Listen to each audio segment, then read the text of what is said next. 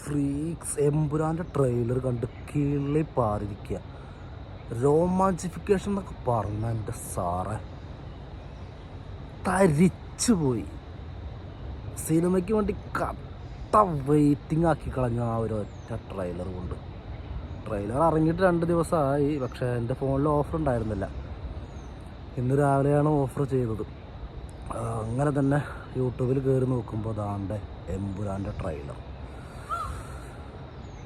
സാധനം ചെയ്ത് വെച്ചിരിക്കുന്നത് ഒന്നും പറയാല്ല. നമ്മൾ തിയേറ്ററിലോട്ട് എങ്ങനെയെങ്കിലും ആ സിനിമ ഒന്ന് ഇറങ്ങിയാൽ മതി, പോയി കണ്ടാൽ മതി എന്നുള്ളൊരു എക്സൈറ്റ്മെൻറ്റിലോട്ട് നമ്മളെ എത്തിച്ചിട്ടുണ്ട് ട്രെയിലർ.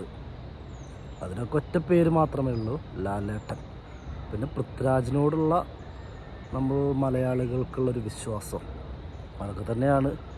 ആ വിശ്വാസം പൃഥ്വിരാജ് ഒരിക്കലും തെറ്റിക്കില്ല എന്നാണ് നമുക്ക് ഈ ഒരു ട്രെയിലറിലൂടെ കാണുന്നത്. എന്നിരുന്നാലും സിനിമയുടെ കാര്യമാണ്, നമ്മുടെ മനുഷ്യന്മാരുടെ കാര്യങ്ങൾക്ക് തന്നെ ഒരു ഗ്യാരണ്ടി ഇല്ല. അതുകൊണ്ട് സിനിമ ഇപ്പോൾ നമ്മൾ വിചാരിക്കുന്ന പോലെ നമ്മൾ ഒരുപാട് എക്സ്പെക്റ്റ് ചെയ്ത് തിയേറ്ററിലോട്ട് പോകുമ്പോൾ ചിലപ്പോൾ 10 പൈസയ്ക്ക് ഇല്ലാതെയും വരാം. അപ്പോൾ നമ്മൾ സിനിമ അടിപൊളിയാവും, ഈ ട്രെയിലർ കണ്ടിട്ട് സിനിമ സെറ്റപ്പ് സിനിമയാവും, മാസാവും, ലാലേട്ടൻ്റെ തിരിച്ചുവരവ് എന്നൊക്കെ നമ്മൾ പറയാൻ സമയമാവുന്നതേ ഉള്ളൂ. അത് സിനിമ തിയേറ്ററിൽ ഇറങ്ങി നമുക്കതിൻ്റെ റിസൾട്ട് കിട്ടിയതിന് ശേഷം മാത്രമേയാണ് നമുക്ക് സിനിമയെ വിലയിരുത്താൻ പറ്റുള്ളൂ. പക്ഷേ അല്ലാത്ത പക്ഷം ഒരു സിനിമയെ നമ്മളെ ജനങ്ങളെ, മലയാളികളെ, മറ്റു ഭാഷക്കാരൊക്കെ ഹൈപ്പ് ചെയ്തൊരു കാത്തിരിപ്പിൻ്റെ ഒരു ഉൾപ്പീലുണ്ടാക്കിയെടുത്തിട്ടുണ്ടല്ലോ.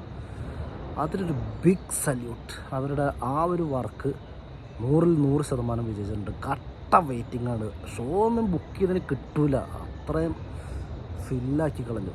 ആ ഒരു കാര്യത്തിൽ പൃഥ്വിരാജ് 100% വിജയം കൈവരിച്ചിട്ടുണ്ട്. ഇനി സിനിമ ഇറങ്ങി മറ്റുള്ള കാര്യങ്ങൾ നമുക്ക് അപ്പോൾ നോക്കാം.